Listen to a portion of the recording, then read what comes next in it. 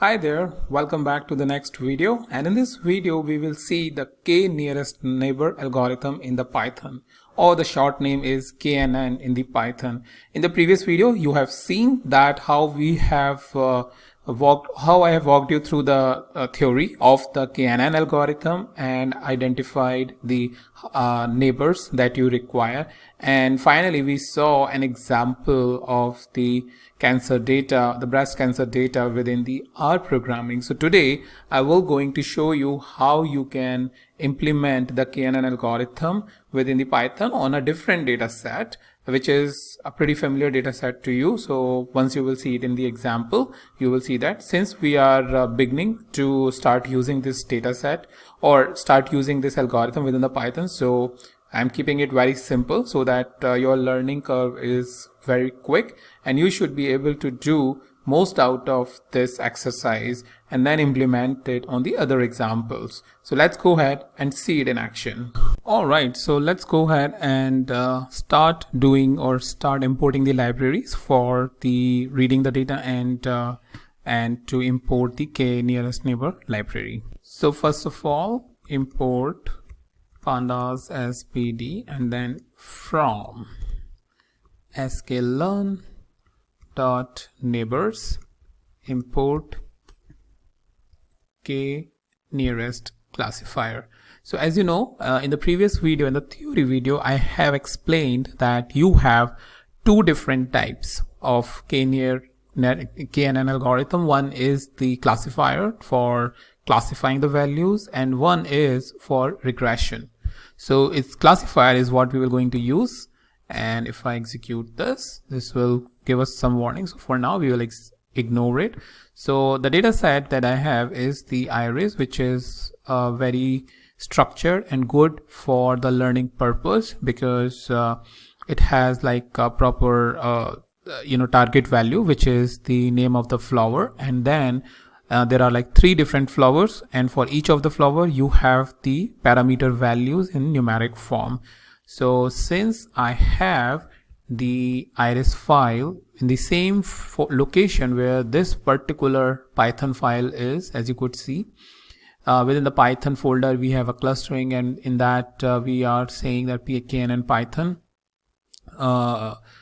file.ipnv file. At the same location I have the CSV file, and you can find the link of this CSV file in the description section. So if I just go ahead and execute this, here I have imported the file. So once I have imported, I can just quickly observe the file. So iris.head tells us, okay, these are the columns which we need to indicate or use, but unnamed is the column, which is basically the row number for each of these row, is something we can ignore. So what we will going to do is creating the x and y, the independent and dependent variable. So the values which are independent is basically your values for x, for example all of these columns. So these are the variables. With the help of them we will going to predict, or we will going to classify this particular, which is dependent variable. This is a dependent variable because it is dependent on all of these values. So x equals to, so what should be the method to get only these 4 columns? You can tell me by pausing the video. So this can be one of your interview question, and remember I will keep sharing you a lot of interview questions over here. So keep watching this space, as and when it will be coming you will see that one interview question is what I will be sharing with you.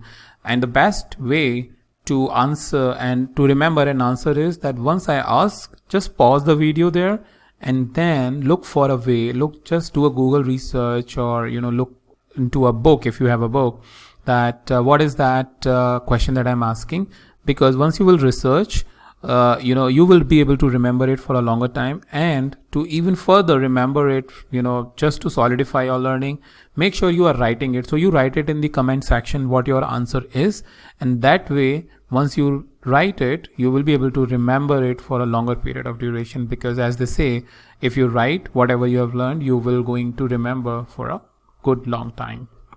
So what will be the answer? Well, the answer is iris.iloc and colon, and then the name of the column. So 1 to 5. Why 1 to 5? Because column is starting from here. So this is 0. This is index, so we don't count that. 0, 1, 2, 3, 4, 5. But why 5? Answer me that. So if I execute x.head, this is big, x.head, what do I have is basically these 4 values along with the index. All right. And for y, what I'll write again, iris.ilog colon comma -1. Why -1? Right. So to pick this value, but why not 5? Answer me that. So now this is your Setosa. Now what you can do is simply call this or instantiate this algorithm k-neighbors classifier. So if I just go down, KNN equals to k-neighbor classifier and specify the number of neighbors. Now how do you specify the number of neighbors?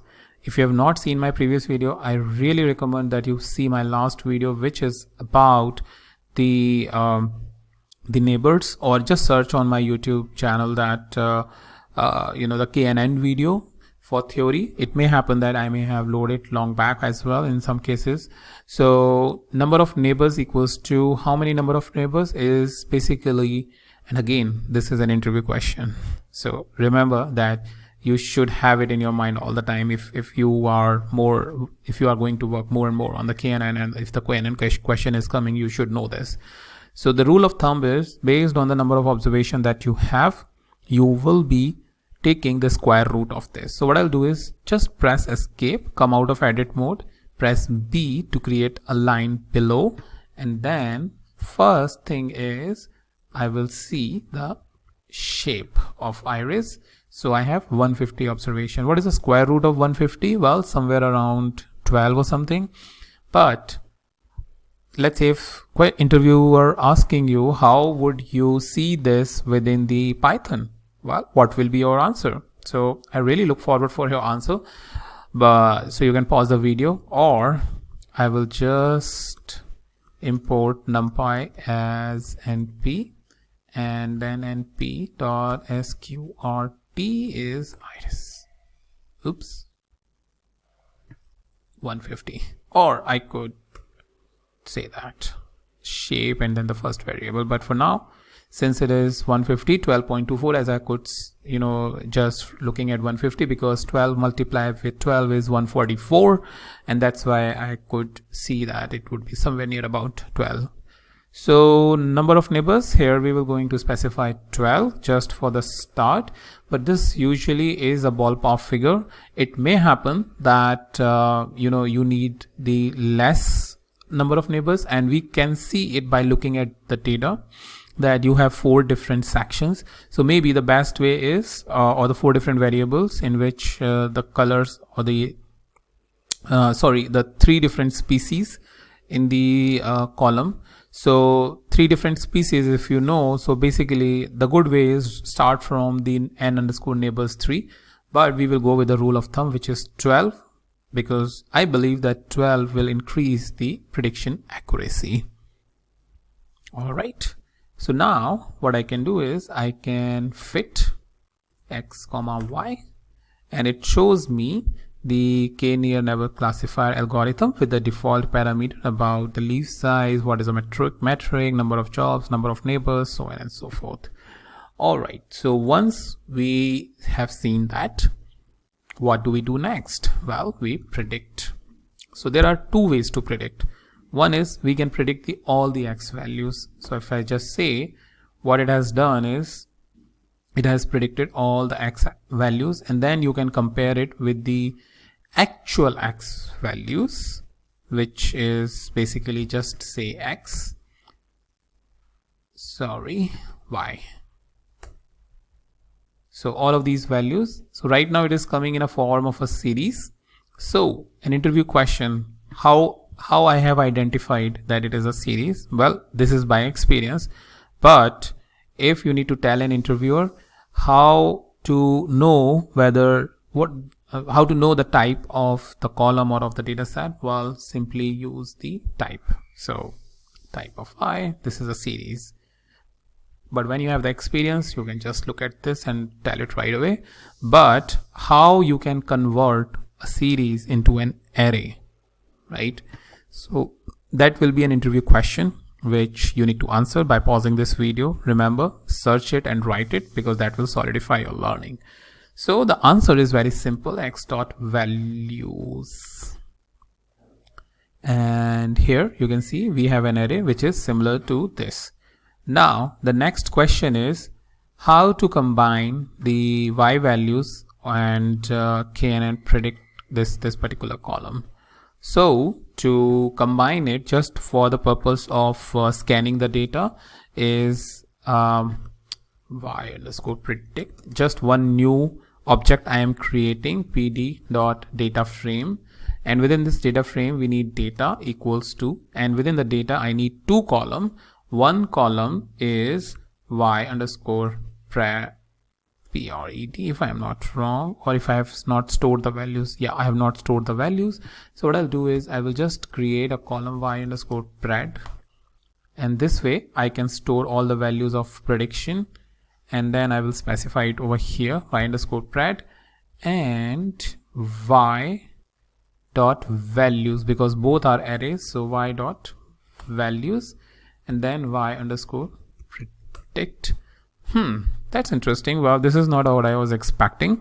So how would you put it in a proper format, like this? So that your column or these index numbers are over here and you have these two column names up there. So again, pause the video. If I can't insist enough that you should pause the video whenever I ask into a question, search it and then write it in the comment, and then, you know, see it next. Well, to answer it, the method is transpose, and if you see, in most of the cases we are predicting correct, right? Up until like 149, you can see. Since these are 150, so first value is 0. That's why the last one is 149. So that's one way of how you can predict it. Also, KNN.predict. What if your interviewer is asking that, hey, I don't want to predict everything. I just want that I want to pass on particular parameters. So for example, if I just go up and show you in a context, what I meant by that, hey, I just want to provide some values randomly, like 4.7, 1.5, 3.1, 0.2, or maybe 1 over here, then what should be the output? Well, in that case also, you can use the KNN.predict, but with two square brackets where you can pass whatever you like. 4521 I have predicted, and or 4521 is what I have passed and it has predicted. It will be Setosa based on the algorithm that we have written. Okay, so you can pass on the values and it will give you the output, and the same output, if you have an interactive web application, you can go ahead and show it to your end user, and it will be pretty amazing, because you have an algorithm which is not only produce the result in the backend, but you are giving the flexibility of sort of a what if analysis, or what will be the prediction, what prediction analysis, where user can enter the values and they can see the relevant output. So for example, let's say you have some parameters to identify the segment of a customer. What if you know, a user is asking, okay, if I have a new customer, let me identify it with the help of the data science or with the help of the algorithm, what segment it should go. So it will specify some parameters based on what you have given in the application, and then they will be able to get to know, okay, this is the segment. So this is very, very useful application. As you could see, one example is this, but I really want to understand what example that comes to your mind based on the area in which you are working. So let me know about that, and it will be very interesting conversation and very interesting learning from each other. So this way you can have the output as well. Well, the next thing is, which I want to show you, is the train test split method. So from sklearn.model selection import train test split. So this is very useful from the perspective that right now what I've done is we have taken the entire data set, fit it in the algorithm, then predicted on the entire values. But usually that's not how it happens in the real life. You will see most of the time that you need to test your model on the unseen data, and to have the unseen data we create a test data set, and this is something you can create it very easily with the help of the train test split function, which you can import it from the sklearn.model selection. That helps us keep the training and the test data separate, so that once we have trained the data on the trained data set, we can test it against the unseen data and see how well our model is working. All right, so for that I will create 4 variables: x underscore train, x underscore test, y underscore train, and y underscore test equals to train test split x comma y comma test underscore size. So I want to hold out 30%, and so that you get the same result as me, I am specifying random state as 1. It is just one random value. Whatever you want you can give, but if you want the result which is similar to my one, which I'm showing you over here, mention random state equals to 1. So this is something which is called reproducibility. Again, a different interview question, that how you will make sure that whenever you are producing something you can reproduce the same thing. Let's say if maybe audit or maybe for some other reason it may need to happen in the future, so you can specify the random state over there. Okay, so next thing is KNN dot, well, what do you need to do? Well, you need to fit it, because we have already specified the number of neighbors. So x underscore train and y underscore train. Okay, and now y underscore test underscore pred and KNN dot predict. So answer me, what parameter I will pass? X train, X test, Y train, Y test, or something else? On which particular object I will see or I will predict? Well, pause this if you have got it. Good. If not, then what I need is basically x underscore test, because x test is your testing data set which will be validated against the y test. Whatever will be the outcome will be tested against the y test. So if I execute this, let's see, the outcome is this y underscore test underscore pred, and now let's see the outcome of y underscore test. So again, to convert it into an array of values, and if you see, mostly setosa versicolor, setosa virginica, versicolor, in most of the cases it is predicting it correctly. And to combine it again, we will prediction underscore output. Let's create a new variable, pd dot data frame, data equals to y underscore test underscore pred, y underscore test underscore pred, comma y underscore test dot values prediction output. So what do I need to do? Transpose.